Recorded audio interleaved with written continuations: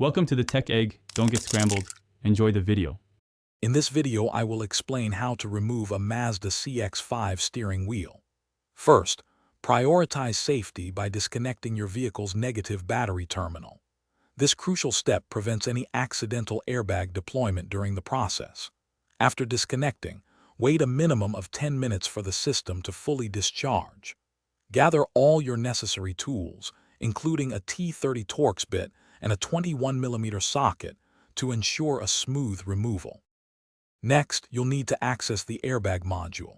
On each side of the steering wheel, you'll find small access holes. Insert a flathead screwdriver into these holes to release the spring clips that hold the airbag in place. Once released, gently pull the airbag module away from the steering wheel. Carefully disconnect the two electrical connectors on the back of the airbag, ensuring not to damage them. With the airbag safely removed, you can now focus on the steering wheel itself. Use your 21mm socket to loosen and remove the large central nut securing the steering wheel to the column.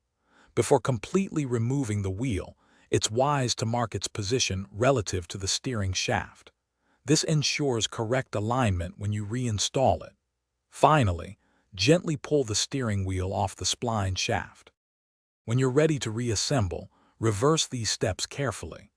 Ensure all electrical connectors are securely reattached, and the central nut is torqued to the manufacturer's specifications for safety. Always double-check your work before reconnecting the battery. For more helpful tips and resources, check the description below for links to other deals and to learn more about reading anywhere with the new Kindle Paperwhite. Thanks for watching. Consider subscribing if I helped unscramble your problems.